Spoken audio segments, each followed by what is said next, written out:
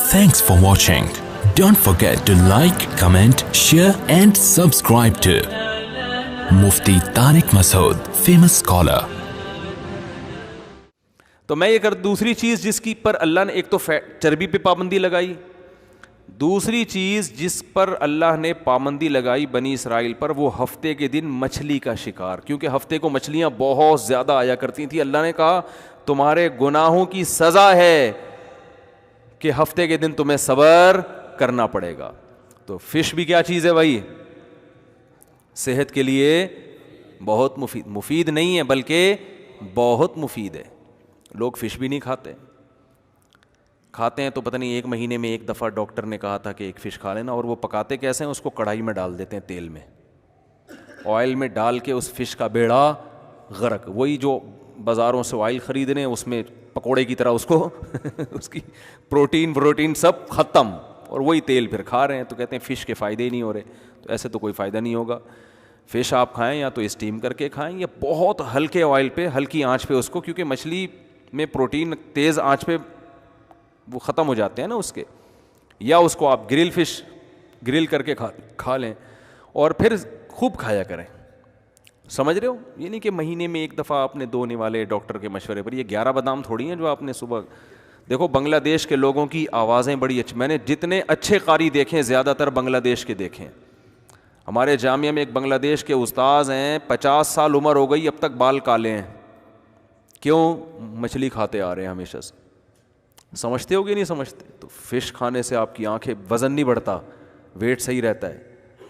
تو یہ چیزیں کھانی چاہیے۔ پیسہ اڑا رہے ہیں، بحریہ ٹاؤن میں پلاٹ چاہیے بحریہ ٹاؤن میں، کھاؤ مرضی جو مرضی گند کھاتے رہو، پلاٹ مل گیا ہمیں۔ پہلے اپنی ہڈیوں کو بناؤ میرے بھائی، ان میں سریا ڈالو۔ خیر، تو جب اللہ تعالیٰ نے بنی اسرائیل پر پابندی لگائی کہ تم نے ہفتے کے دن مچھلی کھانی نہیں، شکار نہیں کرنا ہے، لیکن اللہ نے آزمایا ایسے کہ ہفتے کے دن مچھلیوں بہت آیا کرتی تھی، تو قرآن کہتا ہے کہ 3 حصوں میں بنی اسرائیل بٹ گئے۔ ایک وہ جنہوں نے کیا کیا، انہوں نے کہا کھاؤ یار، اور تھوڑا تھوڑا ان کے دل میں اللہ کا خوف بھی تھا، تو ڈائریکٹ شکار کرنے کے بجائے انہوں نے کہا یہ ہفتے کو اتنی آتی ہیں اور ہفتے کو پھر یہ چلی جاتی ہیں، اتوار کو اتنی آتی نہیں ہے، تو ہفتے کو جال لگا کے ان کو پھانس لو، نکالو اتوار کو۔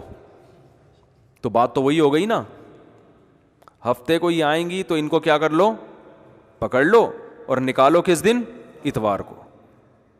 تھوڑا سا صبر کر لیتے بھائی، کہ جب اللہ نے ہفتے کو پابندی لگائی ہے، اس کا مطلب یہ جو ہفتے کے دن زیادہ آ رہی ہیں تو یہ اللہ کی طرف سے کیا ہے؟ آزمائش ہے۔ تو وہ اللہ ہم سے ویسے بھی تو نوالا چھین سکتا ہے نا۔ تو جب اللہ نے پابندی لگائی ہے تو اللہ ہم سے ویسے بھی چھین سکتا ہے، تو اللہ کی پابندی پر عمل کر لو، یہ سوچ کر کہ یہ ہمارے لیے اللہ کی نعمت نہیں ہے بلکہ کیا ہے؟ آزمائش ہے۔ لیکن انسان شہوت سے جب مغلوب ہوتا ہے نا تو پاگل ہو جاتا ہے، اس کی عقل پہ پردے پڑ جاتے ہیں۔ اس لیے علماء کہتے ہیں کہ سب سے زیادہ ناکام وہ شخص ہے جس کو اپنی خواہشات پہ کنٹرول نہیں ہے۔ ہمارے حضرت یہ آیت جب پڑھتے ہیں نا تو فرماتے تھے کہ یہ جو بے پردہ عورتیں مارکیٹ میں گھوم رہی ہیں نا، یہ بنی اسرائیل کی مچھلیاں ہیں۔ اللہ نے کیا کہا؟ عورت کو بری نیت سے مت دیکھو، پابندی لگا دی۔ لیکن آزمائش ایسی کہ جیسے ہفتے کے دن پابندی تھی اور مچھلیاں چھوڑ دی اللہ نے، تو ایسے ہی نظر جھکانے کا حکم دیا اور مارکیٹ میں کو خواتین سے کیا کر دیا اللہ نے؟ بھر دیا ہے۔ اب عقل مند یہ کہے گا کہ میں جس آنکھ سے عورت کو دیکھ کے حرام لذت حاصل کرتا ہوں، یہ آنکھ مجھے کس نے دی ہے؟ اللہ نے۔ اس عورت کو کس نے بنایا؟ اللہ نے۔ قل ارأيتم ان اخذ الله سمعكم وابصاركم وختم على قلوبكم من الہ غیر اللہ یاتیکم بی۔ اے نبی آپ ان سے پوچھئے کہ اگر اللہ تم سے دیکھنے کی طاقت کو سلب کر لے، سننے کی طاقت چھین لے، تو کوئی خدا ہے کہ اللہ کے ان نعمتوں کے چھیننے کے بعد وہ تمہیں یہ نعمتیں واپس لوٹا دے؟ کتنے لوگ ہیں بینائی چلی گئی، ڈاکٹر نے جواب دے دیا یہ بینائی واپس نہیں آ سکتی۔ یہاں ایک نوجوان ملنے کے لیے آیا، اس کی عمر 18 سال، کہہ رہے بیٹھے بیٹھے میری بینائی غائب ہو گئی، دنیا اندھیری ہو گئی۔ اور ڈاکٹروں نے بتایا کہ ایسی بیماری ہے اس کا کوئی علاج نہیں, یہ نہیں آ سکتی واپس, ساری زندگی کے لیے نابینا ہو گیا. کس قدر خوف کی بات ہے بھائی کہ جو حرام لذت حاصل کر رہے ہیں وہ یہ بھی تو سوچیں کہ جس خدا نے دیکھنے پر پابندی لگائی ہے اس کو ابھی بھی پورا کنٹرول ہے, وہ دیکھ کے غافل نہیں ہوا ہے. وہ چاہے یہ بینائی ہم سے چھین سکتا ہے, نہیں چھین رہا تو اس کا یہ مطلب نہیں ہے کہ وہ ہم پہ مہربان ہے, اس کا مطلب اس سے بڑی سزا دینے کے لیے تیاری کر رہا ہے وہ. تو حضرت فرمایا کرتے تھے جب بھی عورتوں پہ نظر پڑے نا جو بازاروں میں گھوم رہی ہیں, کیونکہ بد نظری بہت آسان ہو گئی ہے, پہلے بڑی مشکل تھی, پہلے خواتین پرانے زمانے میں برقعے میں ہوا کرتی تھیں, افسوس غم بھی ہوتا تھا کوئی دیکھتے ہوئے پکڑے نہ جائیں پٹیں گے, چھپ چھپا کے دیکھ رہے ہیں, کہیں کھڑکی سے جھانک رہا ہے کوئی دیوار پھلانگتے ہوئے پکڑا گیا, صحیح ہے نا. اور اب تو کچھ بھی نہیں ہے, اب تو فخر سے بتا رہے ہوتے ہیں لوگ جا کے ایک دوست ایک دوسرے کو بتا رہے ہوتے ہیں. تو یہ جو گناہ آسان ہو گیا نا, تو گناہ کا آسان ہونا اس کی علامت نہیں ہے کہ اللہ ہم پہ مہربان ہو گیا ہے, اللہ نے ہمارے لیے نعمتوں کے دروازے کھول دیے ہیں. گناہ کا آسان ہونا اس کی علامت ہے کہ اللہ کی طرف سے آزمائش بڑھ گئی ہے, بڑھ گئی ہے آزمائش. تو بنی اسرائیل کو ہفتے کو دن پابندی لگائی اور مچھلیاں ہول سیل کے حساب سے کس دن آ رہی ہیں, ہفتے کو. اب ان کو کامن سینس استعمال کرنی چاہیے تھی کہ یار مچھلی کو ہفتہ اتوار کا کیا پتا, یہ جو ہفتے ہی کو لازمی آ رہی ہے یہ ہمارا امتحان ہے. لیکن کیا کیا ایک فریق نے, کیا کیا, جال لگا دیا اور شکار کرنا, جال لگا لیتے تھے ہفتے کو اور اتوار کو نکال لیا کرتے تھے کہ دل کے خوش کرنے کو غالب خیال اچھا ہے نا, کہ لوگ کہیں گے یار یہ تو منع کیا ہے پیغمبر نے, تو کہیں کوئی بات نہیں, ہم کوئی ہفتے کو تھوڑی, ہم تو اتوار کو نکال رہے ہیں شکار. تو یہ وہ ہیلا ہے جو حرام ہے. ہیلوں کی بھی دو قسمیں ہیں. ٹیلی ویژن پہ ایک مشہور اسکالر ہیں, میں نام نہیں لوں گا, اکثر آتے رہتے ہیں, تو کسی نے بتایا کہ ایک مفتی نے یہ ہیلا بتایا ہے, اگر اس ہیلے پر عمل کر لیں تو یہ چیز جائز ہو جائے گی.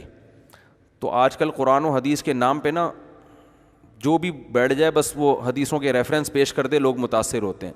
تو انہوں نے فوراً کہا یہ ہیلے ویلے حنفی فقہا نے لکھے ہیں, حنفیوں کو لتاڑنا شروع کر دیا بیٹھ, یہ حنفی مولویوں کا کام ہے ہیلے بتانا, یہ سود سے بچنے کا ہیلا, یہ فلانے کام کا ہیلا. ہیلے اسلام میں کیا ہیں, حرام ہیں. اور پھر یہی بنی اسرائیل نے ہیلے کیے اور اللہ نے ان کو کیا دے دیا, عذاب دے دیا. تو میں تو تھا نہیں, میں نے کہا میں ان کے پاس بیٹھا ہوتا تو میں ان سے عرض کرتا ہوں, لوگ تو خوش ہوتے ہیں ماشاءاللہ کیسی زبردست بات کی, اور حنفی سارے علماء جتنے بھی تھے ان کو کیا قرار دے دیا, گمراہ.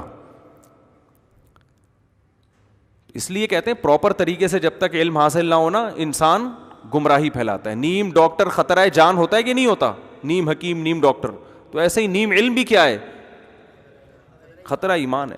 قرآن سے ہی پتہ چلتا ہے کہ جائز ہیلے بھی ہوتے ہیں اور ناجائز ہیلے بھی ہوتے ہیں.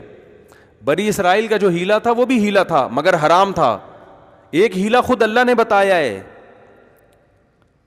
حضرت ایوب علیہ الصلاۃ والسلام جب بیمار تھے نا تو آپ کی زوجہ نے آپ کی بہت خدمت کی, بہت زیادہ خدمت کی. لیکن جب انسان بیمار ہوتا ہے تو طبیعت میں ذرا چڑچڑاپن پیدا ہو جاتا ہے, ایسا ہی ہے نا. تو کسی موقع پر خدمت میں ذرا کوتاہی ہو گئی تو حضرت ایوب علیہ السلام نے قسم اٹھائی کہ میں صحیح ہو گیا تو اللہ کی قسم تجھے 100 کوڑے ماروں گا میں. غصے میں نا حضرت ایوب علیہ السلام نے یہ قسم اٹھا لوں گا. اب جب غصہ ختم ہوا تو احساس ہوا کہ اتنی وفادار بیوی جو بیچاری اتنی خدمت کر رہی ہے, تھوڑی سی کوتاہی ہو گئی, اس کو کوڑے مارنا تو کسی بھی طرح بولو نا بنتا ہی نہیں ہے. لیکن پیغمبر قسم اٹھا کے پوری نہ کریں تو پیغمبر کو اس پہ بھی ضمیر مطمئن نہیں ہے. بھائی اللہ کے نام کی قسم اٹھائیے, کہ قسم اٹھا کے پورا نہ کرنا یہ تو اللہ کے نام کی ایک قسم کی, یعنی آپ نے اللہ کو وہ عظمت نہیں دی جو اس کا حق بنتا ہے. تو قرآن کہتا ہے ہم نے ایوب علیہ السلام کو کہا جب وہ ٹھیک ہو گئے, ہم نے کہا خذ بیدک غیثاً, ایک جھاڑو لیں جس میں 100 تنکے ہوں اور ایک ہی دفعہ لگا دیں, ٹھیک ہے نا. ولا تحنس, اور آپ قسم میں حانس نہ ہو, قسم نہ توڑیں, قسم بھی پوری ہو جائے گی. اور بیوی کو بھی پتہ ہے کہ یہ ذلت کے لیے نہیں لگایا جا رہا بلکہ یہ اپنا ایک فارمیلٹی پوری کی جا رہی ہے. تو یہ بھی ایک ہیلا ہے یا نہیں ہے, بولتے کیوں نہیں بھائی, یہ بھی ایک ہیلا ہے, تدبیر ہے.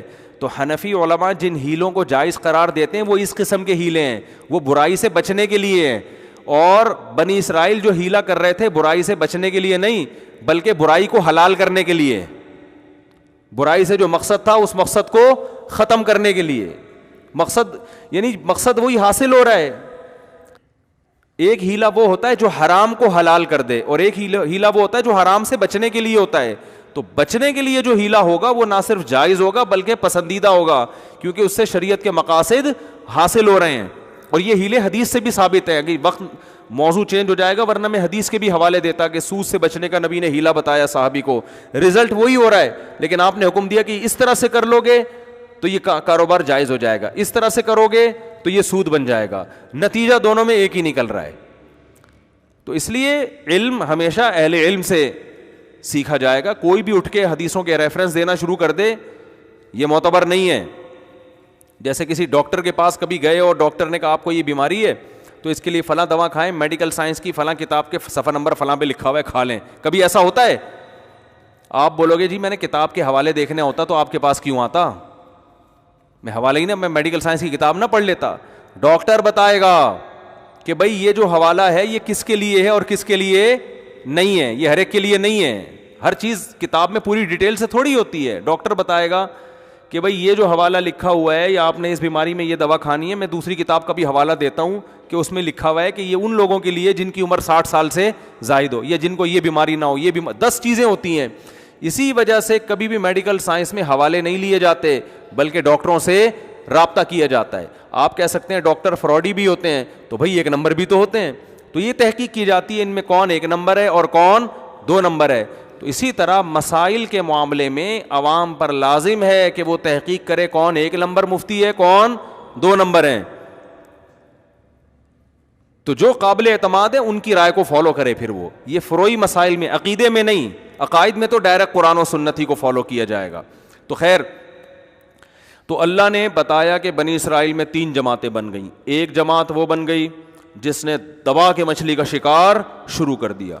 ایک جماعت وہ ہو گئی جس نے مچھلی کا شکار نہیں کیا, انہوں نے اپنے آپ کو بچا لیا. لیکن ایک جماعت وہ تھی جنہوں نے اپنے آپ کو بچایا بھی اور جو شکار کر رہے تھے ان کو روکنے کی کوشش بھی شروع کر دی. تو یہ ہوتے ہیں نمبر 1. یہ کون ہوتے ہیں کہ بھائی خود بھی ٹھیک بننا ہے اور معاشرے کی اصلاح کی بھی کوشش کرنی ہے. اور ایسے ترغیب دی ان کو کہ وہ نہیں مان رہے تھے, وہ حیل و حجت شروع کر دی انہوں نے کہ ہم اتوار کو شکار کر رہے ہیں, ہفتے کو تھوڑی کر رہے ہیں. تو اللہ فرماتے ہیں جو درمیانی طبقہ تھا نا, جو خود تو شکار نہیں کر رہا تھا لیکن تبلیغ بھی نہیں کر رہا تھا, انہوں نے تبلیغ کرنے والوں کو کہا لما تعظون قوما اللہ مہلکہم او معذبہم عذابا شدیدا, کہ تم ایسی قوم کو کیوں نصیحت کر رہے ہو جن کی ہلاکت کا اللہ نے ارادہ کر لیا ہے. کیونکہ یہ تو ماننے والے نہیں ہیں, تو ان کو تبلیغ کا کیا فائدہ, چھوڑ دو ان کو اپنے حال پہ. یعنی انہوں نے جو دعوت دینے والے تھے ان کو بھی سمجھانا شروع کیا کہ انہوں نے تو مرنا ہی مرنا ہے. تو وہ جواب میں کیا کہتے ہیں, مَعْذِرَةً إِلَىٰ رَبِّكُمْ وَلَعَلَّهُمْ يَتَّقُونَ, شاید بچ جائیں. بھائی کتنی فکر تھی دیکھو ان میں, ان کو پتا تھا کہ یہ ماننے والے نہیں ہیں, لیکن کہا کہ یہ تو ہمارا خیال ہے نا کہ نہیں مانیں گے. 0.001% چانس تو ہے نا کہ شاید مان جائیں, شاید مان جائیں. 0.001% چانس ہے کہ شاید مان جائیں.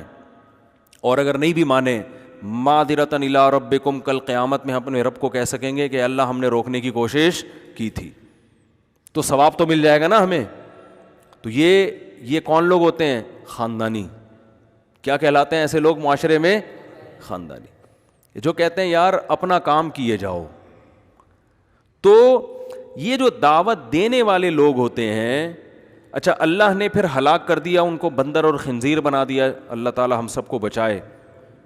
اللہ تعالیٰ فرماتے ہیں فَجَعَلَ مِنْهُمُ الْقِرَدَةَ وَالْخَنَازِيرَ. اللہ جب وہ رات کو سوئے ہیں نا, جنہوں نے مچھلی کا شکار کر رہے تھے, رات کو سوئے ہیں تو صبح اٹھے تو کوئی بندر بن چکا تھا, کوئی خنزیر سور کی شکل بن چکی تھی کسی کی.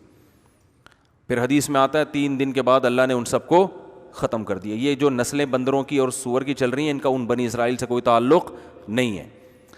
لوگ ان کو پکڑ کے کوٹنا شروع کر دیتے ہیں بعض دفعہ کہ یار یہ وہی ہیں, انہوں نے نافرمانی کی تھی. تو اللہ نے ان کو ہلاک کر دیا, پھر ختم کر دیا اس نسل کو.